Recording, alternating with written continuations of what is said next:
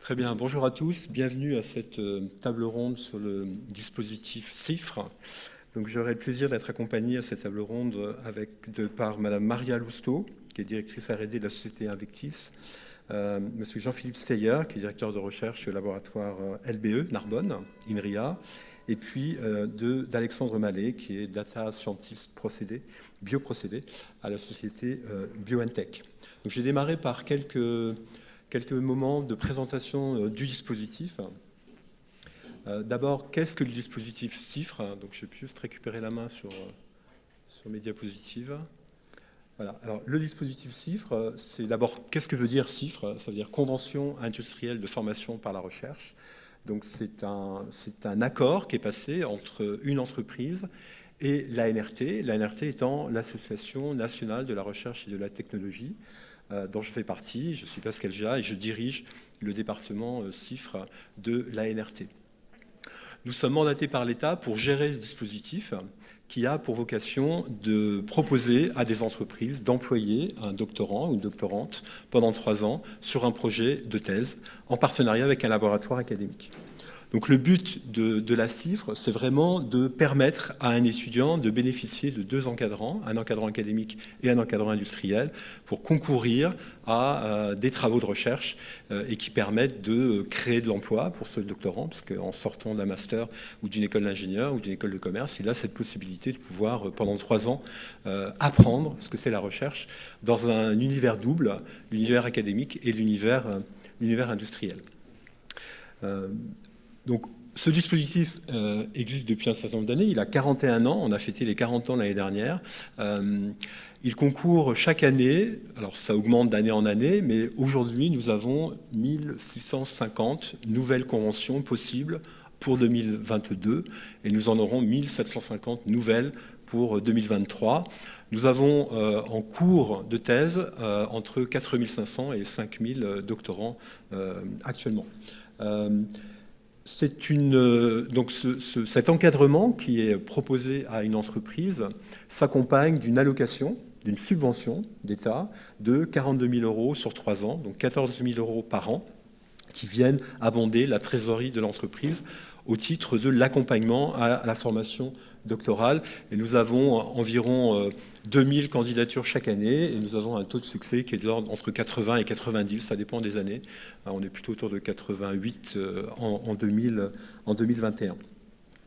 Donc le principe de la CIFRE est résumé sur sa diapositive et je pourrais presque m'arrêter là. Vous voyez que c'est un triptyque entre un employeur, et l'employeur peut être une PME, un groupe, une start-up, mais aussi une ETI, bien sûr, dans le secteur privé, mais aussi une collectivité territoriale, une association, certains musées, des fédérations sportives.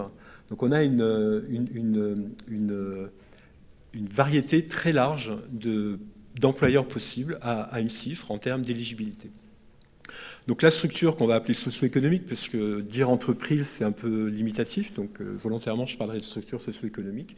Un laboratoire académique qui va donc encadrer les travaux du doctorant, et puis le salarié ou la salariée doctorante qui va partager son temps entre son employeur, lequel il ou elle est employé à plein temps, et le laboratoire académique. Et tout ça s'articule autour de conventions et de contrats de partenariat. Vous avez un contrat entre le salarié doctorant et la structure socio-économique qui est un contrat de travail, qui est généralement un CDD de 3 ans, avec un salaire minimum qui est de 23 484 euros brut annuels.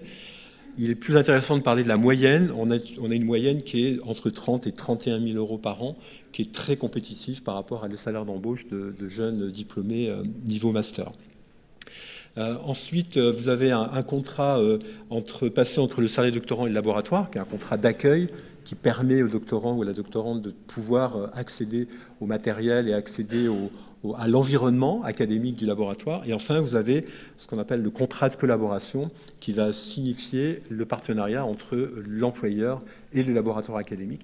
Et ce contrat de collaboration est très important. C'est une clé de voûte de la CIFRE, puisqu'il va définir le partage de la propriété intellectuelle. Il va définir aussi certains flux financiers qui viennent abonder le travail au sein du laboratoire académique. Donc c'est vraiment, et ça va aussi définir les conditions d'accueil du doctorant et aussi le partage du temps entre la structure employante et le laboratoire académique. Donc c'est vraiment cette structure qui est vraiment tripartite. Alors on a un quatrième partenaire évidemment qui est l'école doctorale, qui est l'école de rattachement du doctorant, puisque nous sommes dans le cadre d'une formation diplômante, puisque nous avons un doctorat de troisième cycle à la clé, à l'issue des 3 ans, voire un peu plus que 3 ans.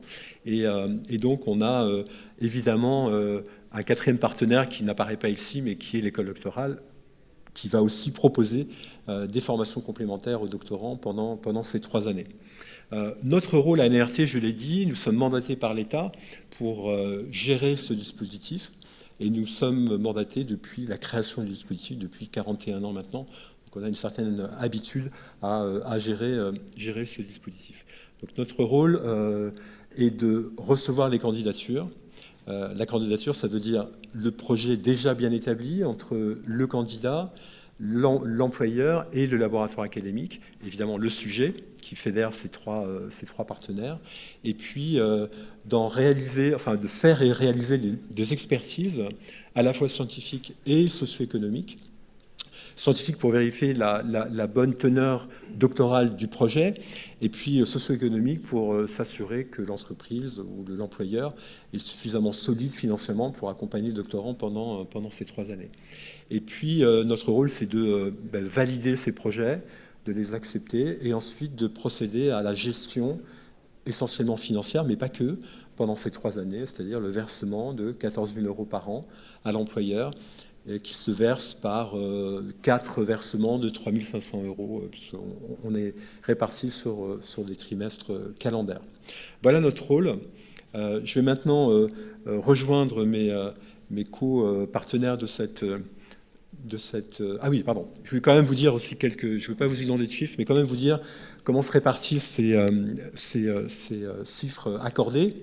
Donc je rapporte ici depuis quasiment une dizaine d'années l'évolution à la fois du nombre de chiffres dans les PME, dans les ETI, dans les groupes ou entreprises ou grandes entreprises de plus de 5 000 employés, et puis le monde associatif et les collectivités territoriales, puisque je vous rappelle, la CIFRE est ouverte aussi aux collectivités telles que les mairies, les régions, les agglomérations, les départements. Toutes ces structures sont tout à fait éligibles aux CIFRE. On voit qu'on a une quasi-écu. Alors, vous voyez que ça varie d'une année sur l'autre. On a une évolution du nombre de CIFRE dans les PME. On a une forme de stabilité dans les groupes. Mais on voit que PME et groupes, les PME ont rejoint les groupes depuis quelques années en termes de nombre de CIFRE alloués chaque année. En 2021, nous étions à 42% de CIFRE alloués dans les PME, 38% dans les groupes, le reste étant réparti dans les ETI et les collectivités et associations. Mais vous voyez qu'il y a quand même une quasi-égalité entre les PME et les groupes.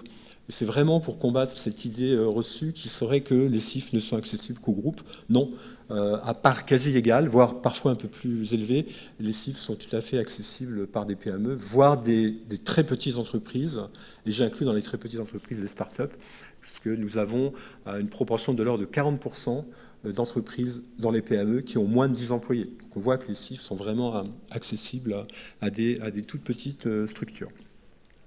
Vous avez ici le lien qui permet de nous retrouver. Donc vous avez le lien le site de la NRT, www.nrt.so.fr. Également un mail, le cifre@nrt.so.fr, qui est monitoré par une de mes collègues qui est présente dans la salle et qui permet de répondre à toutes les questions que vous pourriez avoir. Et enfin, nous sommes sur le stand D2, donc à l'issue de cette présentation. Pendant les 2 jours, nous sommes présents et vous pouvez nous retrouver sur le stand ici au rendez-vous Carnot. Je dirais un mot de 2 dispositifs parallèles à la CIFRE. C'est la CIFRE Défense et la CIFRE France-Maroc. Alors, la CIFRE Défense, c'est un financement qui vient du ministère des Armées. Le principe est très similaire à la CIFRE conventionnelle, si ce n'est que nous ne procédons pas à l'instruction des dossiers. C'est-à-dire qu'on reçoit les dossiers une fois qu'ils sont acceptés par le ministère des Armées, en l'occurrence par l'Agence Innovation Défense, l'AID, qui est en charge des thèses CIFRE Défense. Et ensuite, on procède comme pour les autres, pendant 3 ans, on procède au versement de la subvention qui provient cette fois du ministère des Armées, mais qui est de la même grandeur que les CIFRE conventionnels, c'est-à-dire 14 000 € par an. Il faut que le sujet soit en lien avec les thématiques défense portées par l'Agence Innovation Défense. Et puis enfin, le programme CIFRE France-Maroc, qui est un programme qui est porté par la France et par le Maroc, qui ne peut être qui n'est accessible qu'à des ressortissants du Maroc, donc franco-marocains ou marocains. Et il y a un partage du financement entre la France et le Maroc sous forme de bourse allouée aux docteurs en CIFRE, une bourse qui est versée directement au Maroc, et un abondement, non pas de 14 000 € par an à l'entreprise, mais de 7 000 € seulement. Donc on a partagé le financement entre le Maroc et l'État français. Voilà ce que je voulais vous dire sur la CIFRE en général, sur les CIFRE en général. Et je vais rejoindre mes partenaires de cette table ronde.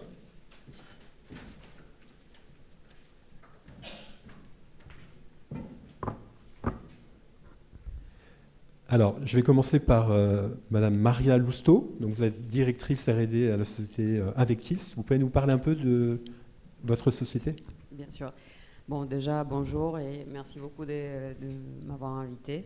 Je suis très contente de partager notre expérience. Je ne sais pas si on m'entend bien. Partager notre expérience avec la NRT. Invectis, c'est une société qui a été fondée en 2010. C'est issu de l'Institut Pasteur. C'était un start-up fondé par 2 chercheurs de Pasteur. Actuellement, on est une PME d'environ 29 personnes. Nous avons pour vocation de développer des immunothérapies contre les cancers, mais nous avons aussi une vocation de faire une grande partie de la recherche, de garder ses côtés pas académiques complètement parce que c'est industriel, mais acquérir quand même, être très, très proche des laboratoires académiques et collaborer avec eux. Afin d'acquérir de nouvelles techniques ou des nouveaux savoir-faire. Donc, Invectis, il y a actuellement 2 produits. Un qui, on espère, va entrer en phase clinique 1 l'année prochaine. On a quand même, ça nous a permis de gagner un prix Texan.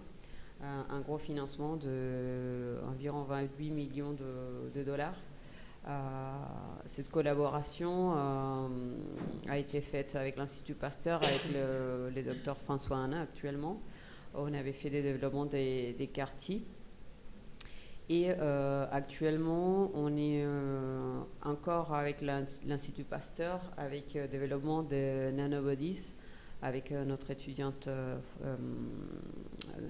Raphaël Dréan. Donc oui, on a un échange très très riche avec les différents instituts et aussi avec l'hôpital Cochin, l'Institut Cochin. Très bien, merci beaucoup. Est-ce que vous pouvez nous dire comment se déroule la CIFRE chez vous ? Je sais que vous en avez encadré, vous en avez actuellement. Vous pouvez nous dire comment la CIFRE au quotidien se déroule chez vous ? Oui, bon, donc nous avons eu l'expérience déjà des 5 bourses CIFRE dans notre société, donc on est des adeptes. En général, ça s'est passé très bien. C'est surtout, l'étudiant passe surtout les 2 premières années accueilli par les laboratoires académiques, où il va vraiment appréhender tous les techniques, tous les savoir-faire. Ça permet aux laboratoires académiques d'être financés et d'avancer sur des aspects de réactifs qui parfois ne seront pas possibles juste par leurs moyens. Donc je trouve que c'est un échange très très riche, comme on dit en anglais, win-win situation. Donc en général, voilà, c'est ça, c'est 2 ans chez les laboratoires d'accueil et la dernière année quand même beaucoup de travail de finalisation, de conclusion, on va dire, de produits avec nous, et nous avons aussi des laboratoires chez Invectis. Voilà. Très bien. Et comment vous pourriez valoriser la CIFRE sur les retombées pour Invectis ? Quelles ont été les retombées de toutes ces CIFRE que vous avez eues ? Bon, il y a eu des CIFRE qui ont été beaucoup plus académiques, où il n'y a pas eu de suite de recherche après. Mais bon, je cite justement ces 2 cas qui ont été faits avec l'Institut Pasteur, qui en plus, comme c'est des fondateurs de l'Institut, on a quand même un réseau qui est assez développé. Et pour les cas du projet CAR-T, on a quand même un financement super important et un produit qui va rentrer en phase clinique dans quelques mois. Et pour les nanobodies, c'est pareil. On est en train d'écrire des demandes de financement pour amener ces 2 projets en phase clinique également. Donc, c'est les buts, c'est la vocation. On fait tout ce travail pour développer une thérapie et pouvoir accompagner les patients avec leur maladie. On attend surtout les tumeurs solides, ce qui est très challenging parce que c'est toujours beaucoup plus compliqué. Et on a aussi avec l'Institut Cochin qui nous permet d'avoir accès à des techniques d'études de biopsie qui sont absolument innovants à niveau, je dirais, européen. Et ça crée aussi tout un réseau d'échanges, pas que pour Invectis, mais aussi entre les différents labos académiques qui permet justement, coopérer ensemble pour arriver à des produits plus loin. D'accord, donc la CIFRE est assez fédérateur de liens et de réseaux entre différents partenaires. Très bien, merci beaucoup. J'ai proposé à M. Jean-Philippe Steyer d'abord de présenter son laboratoire INRAE, en quelques mots. Oui, bonjour tout le monde. Donc je viens du laboratoire de biotechnologie de l'environnement, le laboratoire d'INRAE qui est situé à Narbonne et qui est membre de l'Institut Carnot 3BK. On est spécialisé dans ce qu'on appelle la bioraffinerie environnementale. Alors c'est un peu autre monde que le médical, puisque c'est la valorisation de tout ce qui est résidus de l'activité humaine, valorisés, déchets agricoles ou industriels. Et on est 36 permanents, une vingtaine de chercheurs, et avec des étudiants, ça fait à peu près 80 personnes sur l'année. On a eu des lauréats de l'INRAE il y a 3 ans sur l'immenseur impact, parce qu'on est très content que il y a aujourd'hui 70 emplois dans l'industrie directement liés à nos travaux, qui exploitent un certain nombre de brevets. Et on aime beaucoup les chiffres. On a eu 7 chiffres sur les 5 dernières années, avec soit des grands groupes, soit des PME comme Biotech, Alexandre représente. D'accord, très bien. Et s'il y a un conseil que vous pourriez donner à des entreprises, je pense qu'on a des entreprises dans la salle, quel serait le conseil pour bien accueillir un doctorant dans le cadre d'une CIFRE ? Le premier conseil, c'est de vraiment avoir une question qui n'est pas évidente à répondre en tête. Il faut voir qu'au final, ce sera un docteur, c'est quelqu'un qui va se former par la recherche et qui n'est pas un ingénieur subventionné par l'État via les dispositifs CIFRE. Donc il a un diplôme à passer, il a des exigences là-dessus à avoir, donc il y a des formations. Il y a des questions de recherche qu'il va devoir répondre, il va falloir qu'il publie ou alors qu'il brevette pour pouvoir soutenir sa thèse. Et c'est vraiment ça, trouver la question qui va aider la société à progresser sur un sujet. C'est pas forcément d'arriver à quelque chose qui soit complètement opérationnel pour moi au final, mais c'est vraiment, je dirais, définir le cahier des charges très précis de ce qu'il faudrait faire pour développer un produit au final et savoir où aller et où ne pas aller et pourquoi. Et ça prédispose au projet. C'est important de bien définir à la fois l'objectif et avoir en tête que la finalité n'est pas forcément un produit à l'issue des 3 ans. Ça peut être l'ébauche d'un prototype qui peut éventuellement à terme déboucher sur un vrai produit. Voilà, donc on fait des brevets avec les chiffres, on cherche les réponses à des questions. Et après, on les mettra en œuvre. Alors, on pourra en parler, Alexandre en parlera sans doute. C'est la suite, c'est le prototype, mais c'est vraiment jusqu'au cahier des charges. Et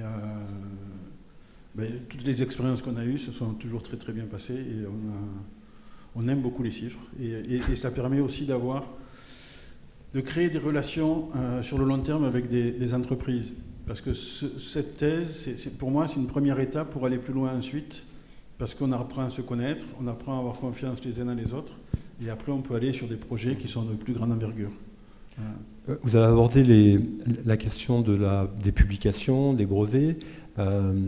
Ça, je pense que ça montre bien qu'une thèse CIFRE, c'est une thèse. C'est-à-dire qu'il n'y a pas de différence au niveau de l'activité. La forme est un peu différente, mais le fond est le même. C'est-à-dire qu'il y a un diplôme à la clé, qui est un doctorat 3e cycle, avec des brevets, avec des publications. Donc ce travail est très similaire à ce que peut produire un doctorant dans un laboratoire sur un contrat plus conventionnel de thèse académique. C'est vraiment pour souligner que la thèse CIFRE, c'est une thèse à part entière, et il n'y a pas de distinguo. Je pense qu'il y a une plus-value dans la thèse CIFRE qui est le partenariat avec un industriel, avec une vraie complémentarité. Comment vous valoriseriez cette complémentarité, je pose la question à vous deux, entre vos propres travaux, à la fois au sein de l'entreprise ou au sein du laboratoire, et inversement avec votre partenaire?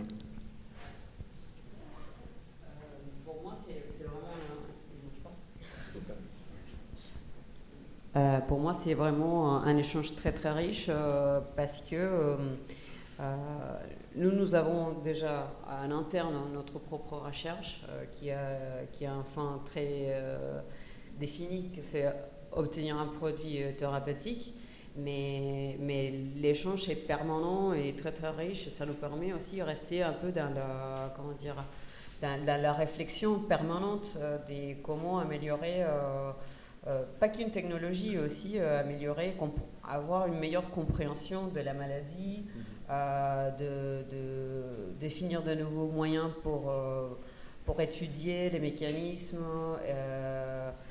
dans notre cas de la tumeur. Donc je suis tout à fait d'accord, c'est un échange qui est très, très, très riche. Il y a les deux parties qui s'en bénéficient.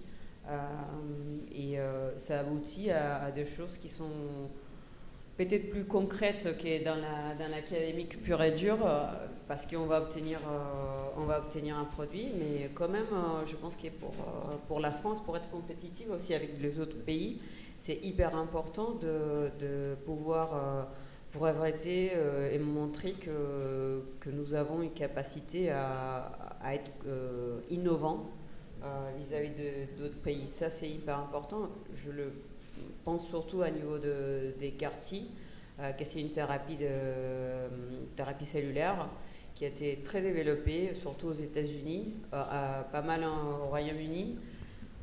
L'Allemagne aussi, elle a pris un peu l'avance. Et en France, il y a énormément de petits laboratoires qui font un effort et il faudrait quand même arriver à fédérer pour avancer plus vite et aller plus loin et pouvoir être compétiteur avec le reste de l'Europe ou vis-à-vis de pays comme la Chine qui vont très très très vite à ces niveaux.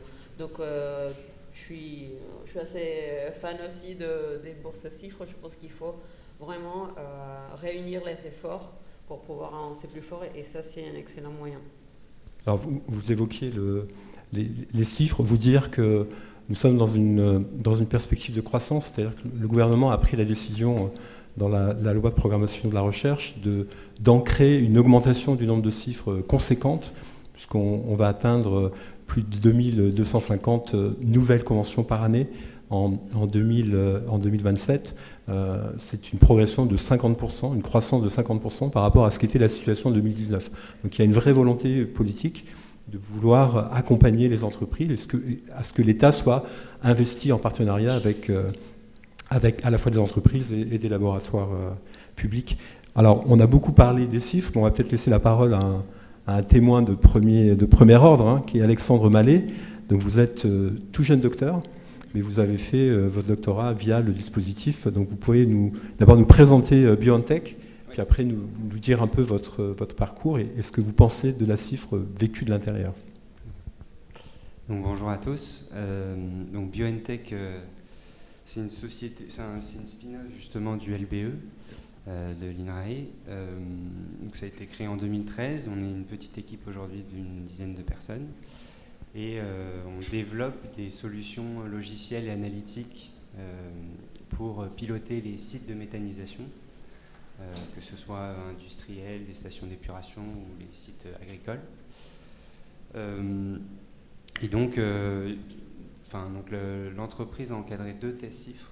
Donc il y a eu une première test CIFRE au moment de la création, qui a permis de sortir pas mal de technologies du laboratoire pour créer des vrais produits. Donc on a 3 produits. Et ensuite, moi, du coup, il y a eu une deuxième thèse qui a porté plus sur un des produits que j'ai fait et que j'ai finalisé là il y a 2 ans. Donc sur peut-être ce qu'apporte du coup la Oui, comment vous pour une PME ou Oui, voilà. Comment vous l'avez vécu, vous, personnellement, de cette expérience de 3 ans? Et puis, de manière plus large, qu'est-ce qu'apporte une thèse CIFRE à une PME telle que la vôtre? Alors moi, du coup, ça a été une vraie expérience. En fait, j'ai travaillé avant dans une entreprise en faisant de la R&D en tant qu'ingénieur. Et j'ai toujours été intéressé par d'aller creuser un peu plus au niveau recherche, ce que c'était que de porter un projet de recherche sur plusieurs années. Et ça a été un vrai challenge, parce qu'il faut quand même le dire, la thèse, bon, ça reste une thèse, mais au-delà de la thèse CIFRE, il y a ce challenge de concilier justement les 2 intérêts et livrables que sont la publication côté laboratoire et plutôt des aspects de brevet ou de compétences côté entreprise. Donc ça a été un peu le challenge, mais je pense que c'est ça qui est riche finalement, c'est de pouvoir à la fois travailler sur des choses fondamentales côté académique et en même temps de sortir ces technologies pour qu'elles puissent servir au plus grand nombre.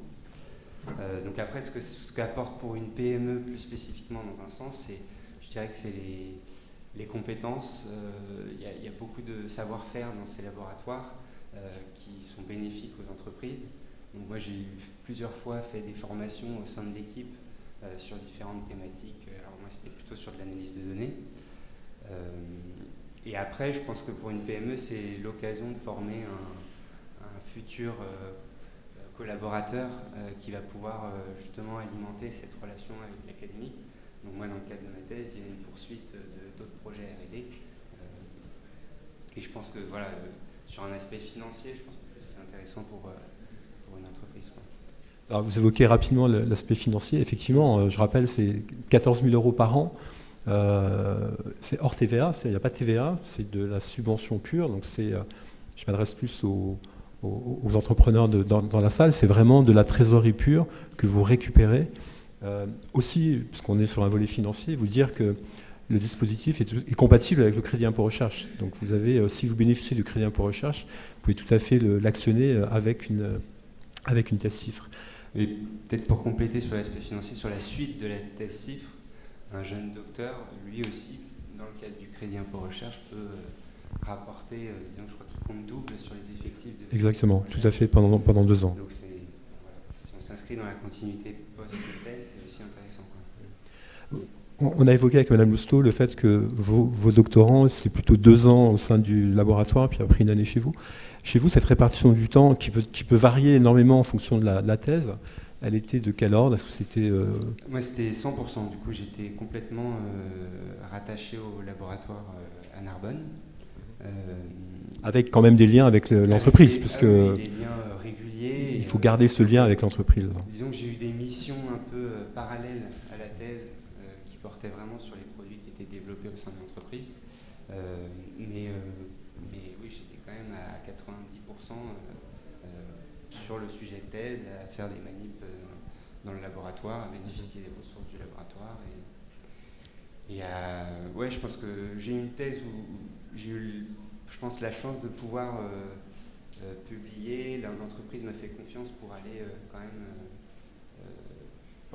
collaborer avec des équipes à l'international, pour pouvoir, juste dans un but de publication.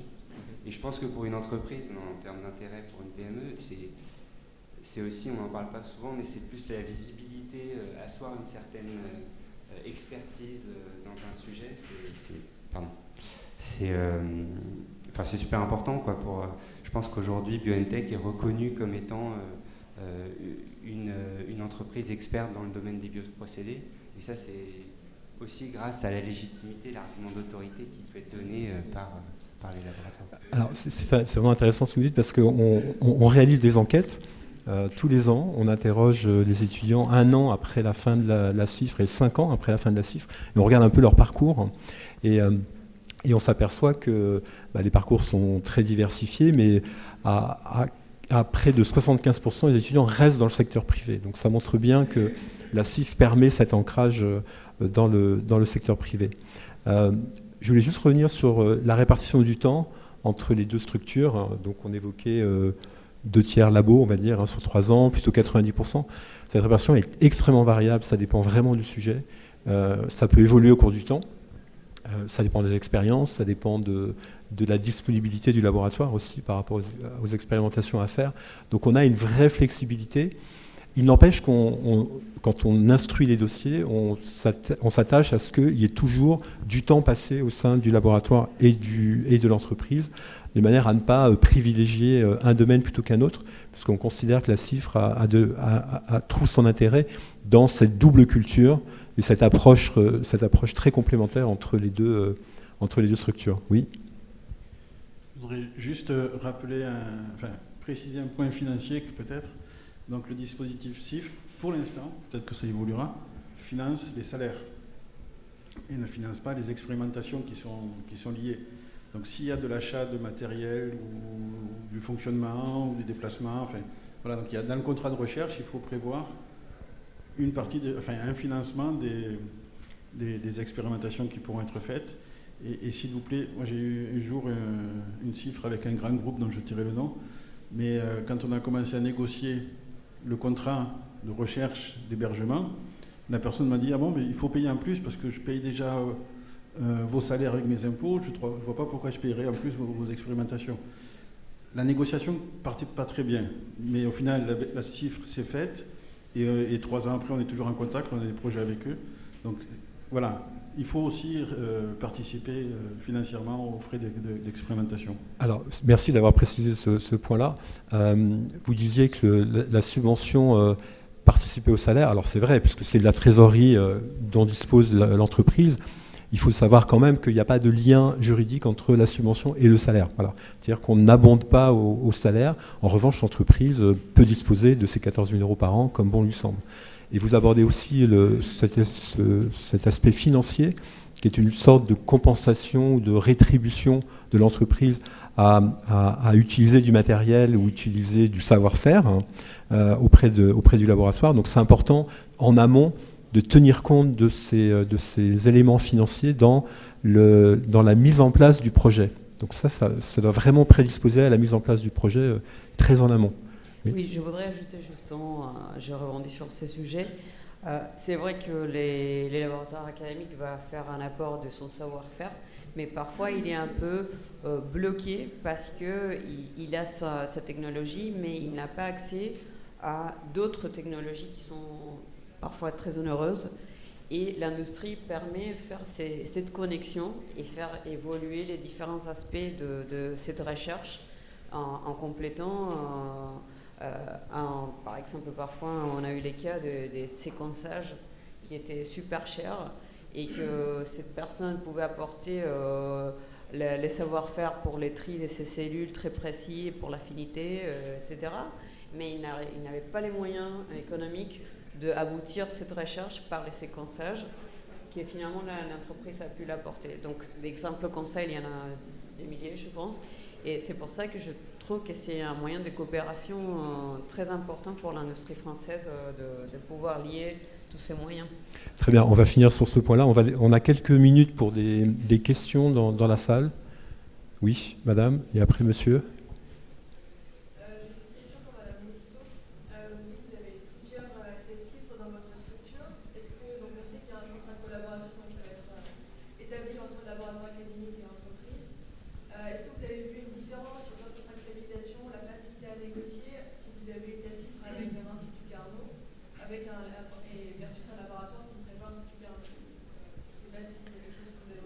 On n'a pas fait des collaborations avec l'Institut Carnot, ponctuellement. Honnêtement, on n'a jamais eu de difficultés de négociation. Je pense parce que c'était déjà des collaborations que nous avions entamées préalablement et que justement le TestCifre, ça a été un outil qui nous a permis d'accélérer et de pouvoir établir cette collaboration. C'est pas l'inverse, c'est pas la cifre et après on est allé chercher l'académique, c'était déjà des collaborations qui étaient établies et que la cifre nous a permis de concrétiser cette étude. Très bien, merci. Monsieur avait une question? Oui. Merci pour votre intervention. Jordan Gillet, je suis chargé de mission innovation recherche au sein de l'Agence économique régionale pour la région Bourgogne-Franche-Comté. Merci. Une question, alors peut-être un peu prématurée. Je voulais savoir si le coût de la contractualisation, de la collaboration, était éligible au CICO, le crédit d'impôt collaboration de recherche, qui est issu de la loi finance 2022. Je dirais oui. Ouais, après, il faut bien regarder en détail comment le dossier est monté, mais oui, parce que le crédit d'impôt recherche prend en compte tous les coûts inhérents à la recherche, au projet de recherche en tout cas. Donc j'aurais tendance à dire oui, mais à vérifier en détail. D'accord, merci. On arrête. Alors peut-être une dernière question, monsieur, juste derrière. Merci beaucoup, Frédéric Bourquin, Université Gustave Eiffel, VP Innovation. Qu'est-ce qui explique le nombre de TestCifre dans les ETI en comparaison du nombre de TestCifre dans les PME et dans les grands groupes? Est-ce que c'est une question de nombre? Qui explique ce chiffre? Alors c'est une bonne question. Vous avez pu constater qu'on a beaucoup moins de TestCifre alloués dans les ETI. Alors on a essayé d'analyser les raisons. Essentiellement, ce sont des raisons culturelles. Les ETI sont souvent des entreprises de production dans lesquelles la recherche n'a pas vraiment sa place. Ce sont souvent des entreprises familiales et l'accueil d'un doctorant, éventuellement un futur docteur, n'est pas forcément bien intégré dans l'écosystème des ETI.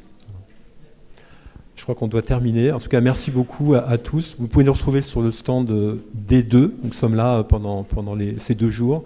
Et je remercie mes partenaires de cette table ronde. Merci beaucoup. Bonne journée à tous.